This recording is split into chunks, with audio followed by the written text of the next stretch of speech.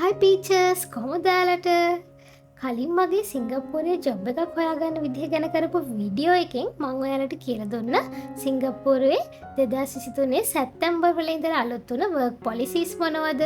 එතකොට සිංගප්පූරේ වර්ක් කරන්න පුළුවන් වර්ක් පාසස් වර්ග මොනවද? ඒ වගේම සිංගප්පූරේ ජොබ් එකක් හොයාගන්න පුළුවන් ක්‍රම මොනවද කියලා. ඉතින් ඒ වීඩියෝ එකේ පාර්ට් 2 එක තමයි මේ. සිංගප්පූරුවේ ජොබ් එකක් හොයාගන්න කලින් ඔයාලා දැනගෙන ඉන්න ඕනි වැදගත් කරුණු ටිකක් ගැන තමයි අද මගේ වීඩියෝ එකෙන් ඔයාලට දැනගන්න පුළුවන් වෙන්නේ. ඔයාලා තාමත් මං කලින් කරපු සිංගප්පූරුවේ ජොබ් එකක් හොයාගන්නේ කොහොමද කියන වීඩියෝ එක බැලුවේ නැත්නම් ඉස්සෙල්ලාම ඒක බලලා ඉන්න. ඒ වීඩියෝ එකේ link එක තමයි දැන් උඩින් ඩිස්ප්ලේ වෙන්නේ. ඒ වගේම ඒ link එක මම description box එකේ දාලා තියෙනවා. ඒ වීඩියෝ එක කලින් බලලා තිබුණොත් අද මම කියන දේවල් ගැන ඔයාට පැහැදිලි අදහසක් ගන්න පුළුවන්. කලින් වීඩියෝ එකෙන් මම සිංගප්පූරුවේ ජොබ් හොයාගන්න පුළුවන් ඔන්ලයින් ජොබ් පෝටල්ස් මොනවද කියලා දුන්නා. ඒ ජොබ් පෝටල්ස් හරහා ජොබ් එකකට ඇප්ලයි කරන්න කලින් දැන් මම මේ කියලා දෙන වැදගත් දේවල් ටික අනිවාර්යයෙන්ම කරලා ඉන්න. මේ ජොබ් පෝටල්ස් වලදී අපි හදන ප්‍රොෆයිල් එකේ කම්ප්ලීට්නස් එක 100% තියාගන්න එක වැදගත්. ඒ නිසා ඔයාගේ ප්‍රොෆයිල් එකේ education qualifications, professional qualifications, work experiences, එතකොට skills වගේ details තියෙන segment සම්පූර්ණ කරලා තියාගන්න. අපි දැන් බලමු ඔයාගේ LinkedIn ප්‍රොෆයිල් එක 100% complete ද කියලා බලාගන්නේ කොහොමද කියලා. ඔයාගේ LinkedIn account එකේ home page එකේ තියෙන මේ me කියන icon එක click කරලා view profile කියන එකට යන්න. ඒකේ suggested for you කියන section එක යටතේ ඔයාට බලාගන්න පුළුවන් ඔයාගේ LinkedIn ප්‍රොෆයිල් එකේ completeness එක කීයද කියලා. මගේ මේ ප්‍රොෆයිල් එකේ ප්‍රොෆයිල් ස්ටේටස් එක ඉන්ටර්මීඩියට් කියලා තමයි පෙන්නන්නේ. මෙතන පෙන්නලා තියෙන මේ ස්ටෙප් දෙක කම්ප්ලීට් කරාම මට all star කියන ස්ටේටස් එකට යන්න පුළුවන්. මේ all star කියන එක ක්ලික් කරලා බැලුවොත් ඔයාලට බලාගන්න පුළුවන් LinkedIn වල තියෙන ප්‍රොෆයිල් ස්ටේටස් මොනවද කියලා. ඊළඟට අපි found it ප්‍රොෆයිල් එකේ completeness එක හොයාගන්නේ කොහොමද කියලා බලමු. found it එකට log වුණ හැටියෙම මේ විදිහට ඔයාගේ ප්‍රොෆයිල් ස්කෝර් එක පෙන්නනවා. එහෙම නැත්නම් found it එකේ වම් කෙළවරේ උඩ තියෙන මේ found it කියන icon එක ක්ලික් කරලා හරි my profile එකට ගිහිල්ලා හරි ඔයාට බලා ගන්න පුළුවන් ඔයාගේ ප්‍රොෆයිල් එකේ ප්‍රොෆයිල් ස්කෝර් එක කීයද කියලා. දැන් මෙතන මගේ ප්‍රොෆයිල් ස්කෝර් එක පෙන්නන්නේ 95% කියලා. මෙතන මෙන්ෂන් කරලා තියෙන LinkedIn link එකයි ප්‍රොෆයිල් picture එකයි ඇඩ් කරාම මගේ ප්‍රොෆයිල් ස්කෝර් එක 100% කරගන්න පුළුවන්. ඒ වගේම found it එකේ වම් කෙළවරේ උඩ තියෙන මේ ඉරි තුන ක්ලික් කරාම එන improve profile score කියන එක ක්ලික් කරලා ගිහිනොත් ඔයාට පුළුවන් ඔයාගේ අදාළ details enter කරලා ප්‍රොෆයිල් එකේ completeness එක වැඩි කරගන්න. ඔයාලා තාමත් මගේ channel එක subscribe කරලා නැත්නම් subscribe කරලා bell icon එකත් click කරන්න. ඒ වගේම වීඩියෝස් වලට like කරලා comment කරලා යාළුවොත් එක්ක share කරගන්න. ඊළඟට ඔයාගේ ප්‍රොෆයිල් එක නිතර අප්ඩේට් කරලා ඇක්ටිව්ලි තියාගන්න. ඔය අලුතෙන් ඩෙවලොප් කරගන්න ස්කිල්ස්, සර්ටිෆිකේෂන්ස් වගේ දේවල් ඉන්ක්ලූඩ් කරලා මේ ප්‍රොෆයිල් එක අප්ඩේට් කරගන්න පුළුවන්.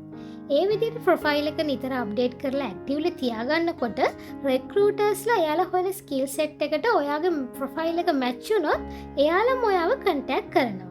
ගොඩක් වෙලාවට found it එකේදී වෙන්නේ මේ විදිහ තමයි. ඊළඟ වැදගත්තේ තමයි CV එක හදනකොට පුළුවන් තරම් වගේ ප්‍රොෆෙෂන් එකට අදාළ keywords include කරන එක. සාමාන්‍ය සිංගප්පූරුවේ ඉන්න recruitersලාට client එවනවා job description එක මේ වගේ දේවල් කරන්න පුළුවන් කට්ටිය තමයි යාලට ඕනේ කියලා. එතකොට recruitersලා found it, LinkedIn වගේ job portals වල තියෙන profile වලින් අර client එවුව job description එකේ keywords වලට match වෙන කට්ටිය හොයනවා. ඒ keywords වගේ CV එකේ include වෙලා තියෙනවා නම් ඔයාලට ලොකු chance එකක් තියෙනවා recruiters ලගේ short list එකට වැටෙන්න. ඒ නිසා තමයි මම කලින් වීඩියෝ එකේදීත් කිව්වේ පුළුවන් තරම් CV එක හදනකොට ඔයාගේ job එකට අදාළ keywords include කරන්න කියලා. ඒ වගේම ගොඩක් recruitersලා ඔයාව contact කරන්නේ WhatsApp through. ඒ නිසා ඔයාගේ LinkedIn found it profile වල වගේම ඔයාගේ CV එකේ ඔයා WhatsApp වල use කරන mobile number එකම දාන්න. මේ විදිහට LinkedIn found it වගේ job portals වල ප්‍රොෆයිල් හදාගත්තට පස්සේ ඔයාගේ account එකට daily log වෙලා බලන්න recruitersලා ඔයාට message කරලා තියෙනවද කියලා. ඒ විදිහට message කරලා තිබ්බොත් ඒවට ඉක්මනටම reply කරන්න. මේ job portals වල mobile apps තියෙනවා.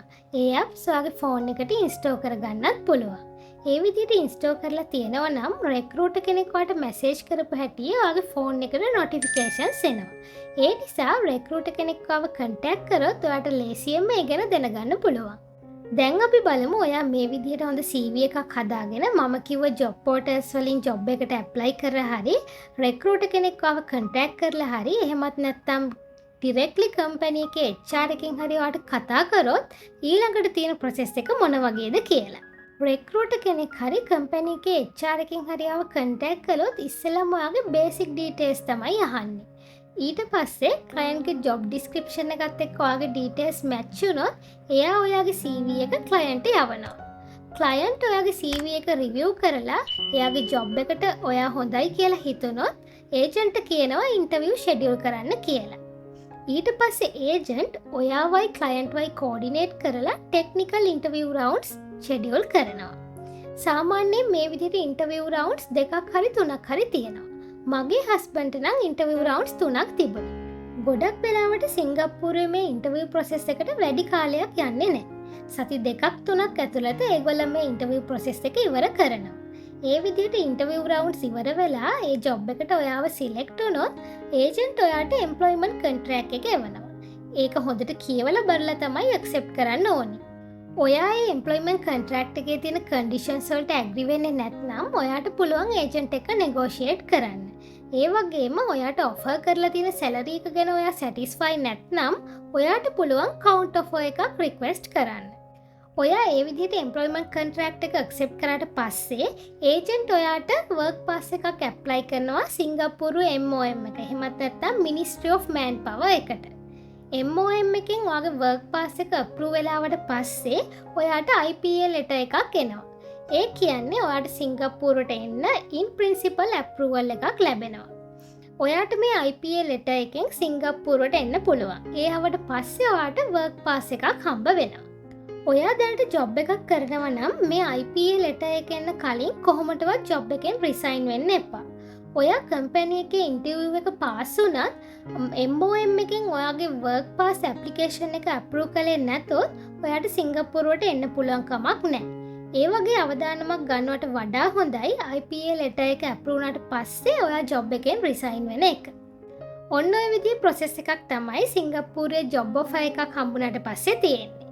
විශේෂයෙන්ම කියන්න ඕනි දෙයක් තමයි මේ වගේ ජෙනුයින් ප්‍රොසෙස් එකකදී කොහොමදවත් ඔයා ෆී එකක් ගෙවන්න අවශ්‍ය වෙන්නේ නැහැ.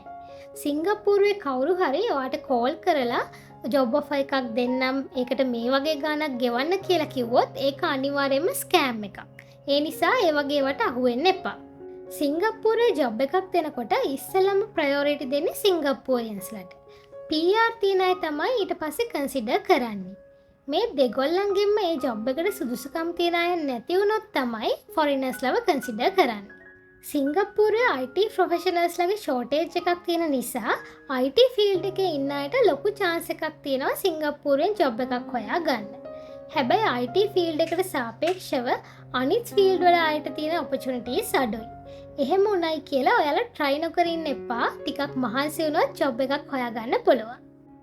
මගේ හස්බන්ඩ්ගේ එක්ස්පීරියන්ස් වලින් තමයි මම මේ දේවල් ඔයාලත් එක්ක ෂෙයා කරගත්තේ. ඉතින් මම හිතනවා මගේ කලින් වීඩියෝ එක වගේම මේ වීඩියෝ එකෙනුත් රට යන්න බලාගෙන ඉන්න අයට සිංගප්පූරුවේ ජොබ් එකක් හොයාගන්නේ කොහොමද කියන එක ගැන හොඳ අවබෝධයක් එන්න ඇති කියලා. ඉස්සරහට සිංගප්පූරුවේ ලිවින් එක්ස්පෙන්සස් ගැන අකොමඩේෂන් හොයාගන්න විදිහ ගැන ඔයාලට කියලා දෙන්න මම බලාපොරොත්තු වෙනවා. ඉතින් මේ වගේ තව දේවල් හරි ජොබ් වලට සම්බන්ධ දේවල් හරි දැනගන්න තියෙනවා නම් මේ වීඩියෝ එකට කමෙන්ට් එකක් දාන්න. ඒ වගේම පිටරට ජොබ් හොයන ඔයාගේ යාළුවෝ ඉන්නවා නම් ඒගොල්ලන්ටත් දැනගන්න මේ වීඩියෝ එක ෂෙයා කරන්න අමතක කරන්න එපා. එහෙනම් ඊළඟ වීඩියෝ එකෙන් ආයි හම්බෙමු.